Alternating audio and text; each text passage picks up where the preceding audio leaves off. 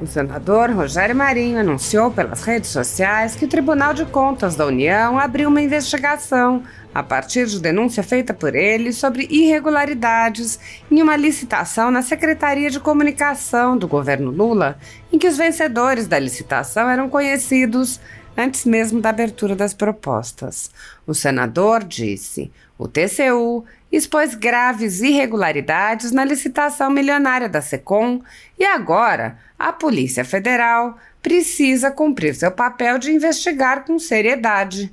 Não podemos aceitar que uma instituição tão importante seja usada para perseguir opositores do PT por crime de opinião, enquanto denúncias contra o governo ficam impunes.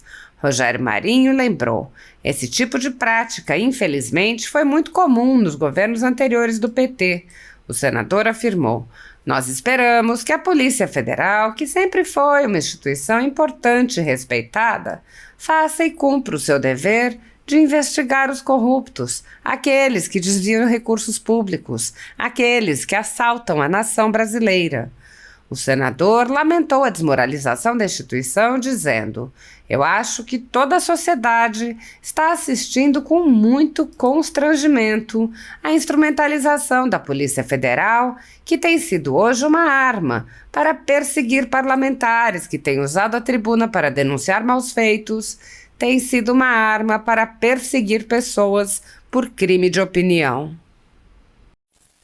Bom, tivemos a notícia que o Tribunal de Contas da União, em função inclusive de provocação que nós fizemos aqui como senador da República, identificou graves indícios de irregularidade, na licitação milionária, quase 200 milhões de reais, que a Secretaria de Comunicação do governo, liderada pelo ministro Paulo Pimenta, estava realizando neste governo Lula. E recomenda que a Polícia Federal investigue para verificar quem fraudou de forma antecipada essa licitação, uma vez que nós já sabíamos quem eram os vencedores antes da abertura dos envelopes. Esse tipo de prática, infelizmente, foi muito comum nos governos anteriores do PT. Nós esperamos que a Polícia Federal, que sempre foi uma instituição importante e respeitada, faça e cumpra o seu dever de investigar os corruptos, aqueles que desviam recursos públicos, aqueles que assaltam a nação brasileira. Eu acho que toda a sociedade está assistindo com muito constrangimento a instrumentalização da Polícia Federal, que tem sido hoje uma arma para perseguir parlamentares que têm usado a tribuna para denunciar maus feitos. Tem sido uma arma para perseguir pessoas por crime de opinião. Então, apoiadores do ex-presidente Jair Bolsonaro e pessoas que apenas têm um discurso diferente do imposto pelo cartel midiático vêm sendo perseguidos há muito tempo, em especial pelo Judiciário. Além dos inquéritos conduzidos pelo ministro Alexandre de Moraes no Supremo Tribunal Federal, também o ex-corregedor do Tribunal Superior Eleitoral, Luiz Felipe Salomão, criou seu próprio inquérito administrativo e ordenou o confisco da renda de sites e canais conservadores, como a Folha Política. Toda a receita de mais de 20 meses do nosso trabalho está bloqueada por ordem do TSE, com aplauso dos ministros Luiz Roberto Barroso, Alexandre de Moraes e Edson Fachin. Anteriormente, a Folha Política teve sua sede invadida e todos os equipamentos apreendidos a mando do ministro Alexandre de Moraes em inquérito que foi arquivado por falta de indícios de crime. Se você apoia o trabalho da Folha Política e pode ajudar, use o QR Code para doar qualquer quantia para a empresa Raposo Fernandes ou use o código ajude@folhapolitica.org. Caso prefira, há a opção de transferência bancária para a conta da empresa Raposo Fernandes, disponível na descrição deste vídeo e no comentário fixado no topo. Há mais de 10 anos, a Folha Política faz a cobertura da política brasileira, mostrando atos, pronunciamentos e eventos dos três poderes, quebrando a espiral do silêncio imposta pelo cartel de mídia que quer o monopólio da informação. pix@ajude@folhapolitica.org Senhor presidente, senhores senadores, estamos encaminhando aqui para o final da votação da reforma e eu acredito que esse destaque ele pode aperfeiçoar muito o texto que foi aprovado. E eu pediria a atenção do senador Flávio Arnes, do senador Eduardo Girão, do senador Jaime Bagatto, do senador Jorge Seife, de todos aqueles que estão aí no plenário, para o teor da proposta. Vejam, nós assistimos aqui ontem, hoje e desde a semana passada, o esforço feito pelo relator de fazer um trabalho de conciliação com os diferentes interesses que vieram a esta casa através dos senhores senadores. Nós assistimos, por exemplo, na Comissão de Orçamento, quando o senador escutou pleitos tipo, vamos isentar a rosquinha, vamos isentar a água mineral, vamos isentar o chamate ou o mate-leão, enfim. Nós assistimos aí uma enorme variedade de interesses que foram colocados na mesa do relator e o relator, de pronto, recepcionou. E isso se somou a mais de 500 outras emendas que já haviam sido recepcionadas no relatório que foi publicizado na segunda-feira. Quando, do início desse processo de votação, o titular da Fazenda, o ministro Haddad, em julho de do ano passado, só para não ser aqui leviano, no dia 13 de julho de 2023, isso foi publicado aqui na imprensa, no blog do Noblar, a reforma tributária, segundo o ministro Haddad, teria uma alíquota de equilíbrio menor do que 25%.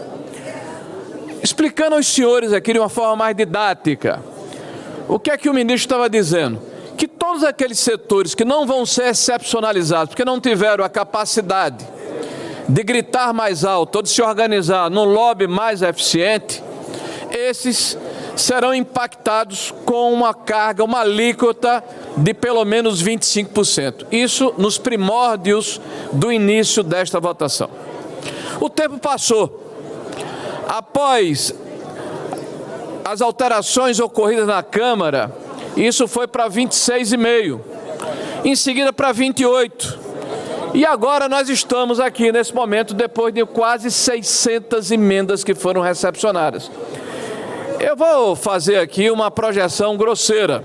Nós estamos aqui próximo de 30% e eu estou sendo, eu diria, cauteloso. Imagine alguém que historicamente está pagando 7%, 8% e vai ser obrigado a pagar 30% de alíquota. E o que prevê a lei? A lei prevê que após a implementação da reforma na sua plenitude, em 2032 ou 33, 2 anos após, o governo vai avaliar qual é este percentual e em seguida mandará um texto para que retorne a 26,5%. Ora, nós já sabemos hoje que está próximo de 30%. Nós vamos aguardar o crime acontecer, o assassinato ser perpetrado. Estou fazendo analogia com a questão das armas que passamos há pouco tempo. Vamos esperar a faca entrar, o problema se materializar, para 2 anos após a implantação, nobre senador Flávio Arnes, aí sim o governo mandará um projeto de lei para esta casa lá em 2035, 34, e neste projeto de lei ele vai dizer quais são os setores que terão a sua alíquota diminuída para que a carga percentual mínima e necessária para prover os sustentos dos municípios, dos estados da União, entre em consonância com esta realidade. O que é que nós propomos? Que isso aconteça agora, após a publicação do projeto, após a entrada em vigor em 26 ou 27, nós tenhamos 90 dias após. Aliás, a Receita Federal, com toda a sua competência, conseguiu fazer a avaliação das emendas em menos de 1 hora ontem à noite. O que é 90 dias para a Receita Federal? 90 dias apenas. Ora, se em 1 hora, na CCJ, a Receita Federal conseguiu dizer que quase 600 emendas são X% de impacto na alíquota, por que não 90 dias após a implementação? Aí o governo mandaria um projeto de lei adequando Para concluir, senador, adequando a alíquota ao que foi minimamente definido, que nós estamos propondo aqui, o que o ministro Haddad já anunciou, que é 25%, e aí nós teríamos civilidade nesse processo. E a população não seria impactada por uma alíquota que certamente, pelo seu tamanho, pelo seu exagero de sermos o campeão do mundo, vai causar elisão fiscal, vai causar descaminho, vai causar contrabando, enfim, não vai ter facilidade na sua aplicação. Então, essa é a proposta que fazemos e pedimos o apoio dos nossos pares. Com a palavra o relator.